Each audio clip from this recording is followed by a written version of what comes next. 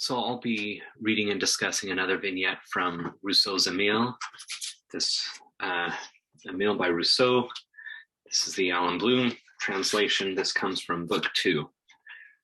And this is Rousseau talking about night games and the importance of, or how he would go about helping a child to not fear the dark. Many night games.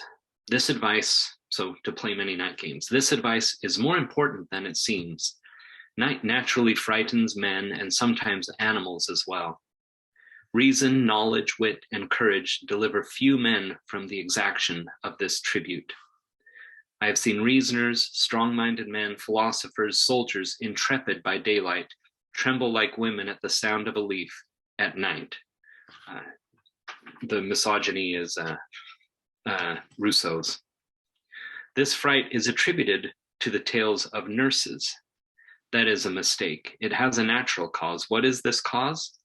The same one which makes deaf men distrustful and the people superstitious. Ignorance of the things which surround us and of what is going on about us. Accustomed to perceive objects from afar and to foresee their impressions in advance, how, when I no longer see anything around me, would I not suppose there to be countless beings, countless things in motion which can harm me and from which it is impossible for me to protect myself?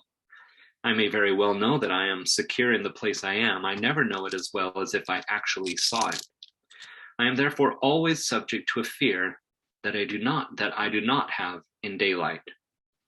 So what scares us in the dark is the unknown. We don't know if there's something there or not. So we can imagine all these, a lot of things that could be there. True, I know that a foreign body, I don't know if Frankenstein, Dracula, and mummies are right in this room while it's dark. I can't see, so it's possible.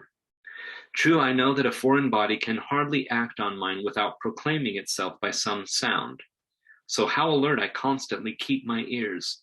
At the slightest sound, whose cause I cannot make out, interest in my preservation immediately brings to my mind everything that most makes me keep on my guard, and consequently everything that is most likely to frighten me. Do I hear absolutely nothing? That does not make me calm. For after all, without noise, I can still be surprised.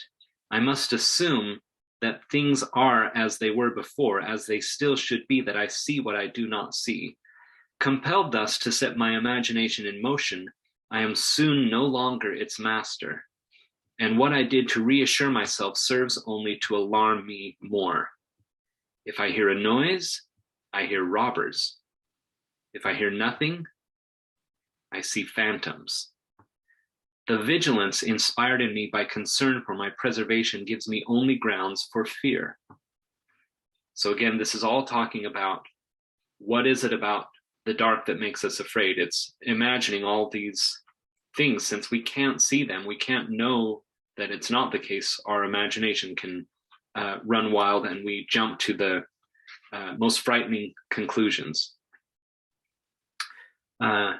Instinct, stronger, speaks to me in a manner quite different.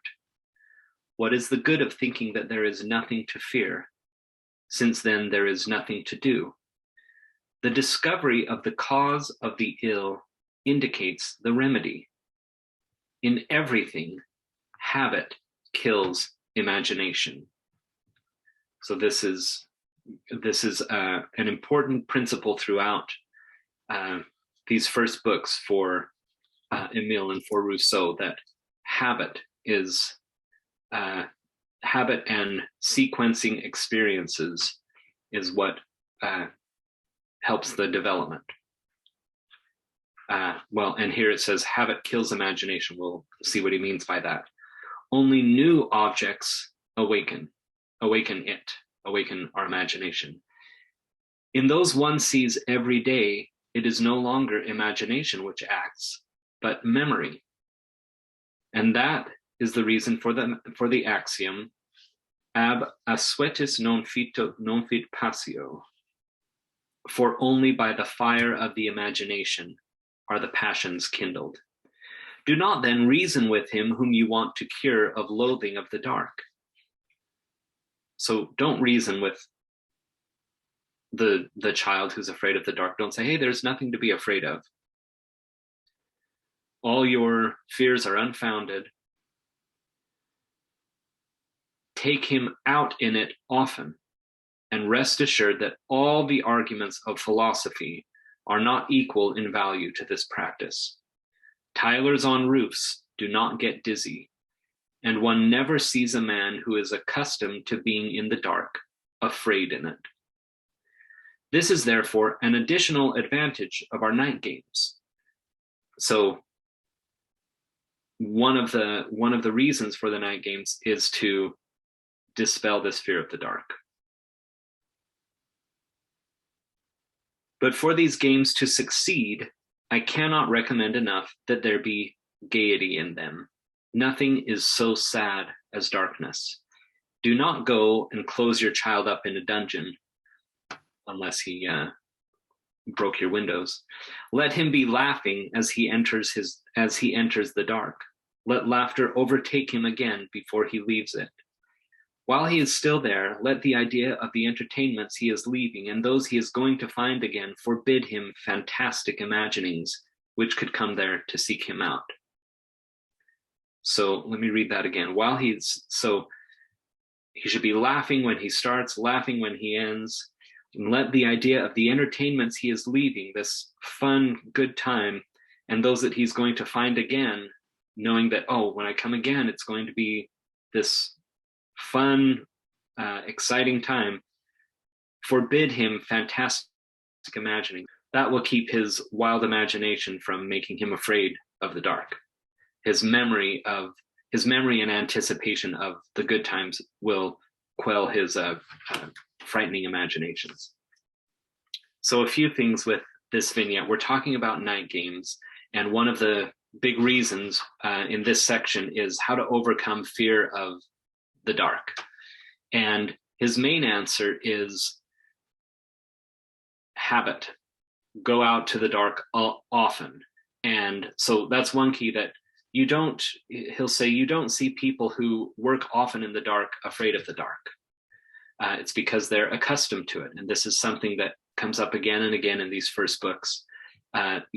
Get accustomed to these things that may be uncomfortable or we have conventional fears about, such as the dark, the cold, spiders. So habit, and then he talks about it at the end as making it a fun, happy place where he'll be excited to return, and so he should be laughing when we start with the night games and as he leaves, and when we're finishing the night games, we're also laughing, having a good time, so that those memories and those anticipations will be the main thing, one of the key things that he associates with the dark, and those will push out the fearful imaginings. Imagining, because we can't see what's there, then our imagination can run wild and will imagine all these frightening scenarios. But with habit and making sure to make it an enjoyable experience each time, especially in the entry and departure, that will help the child to not be afraid of the dark.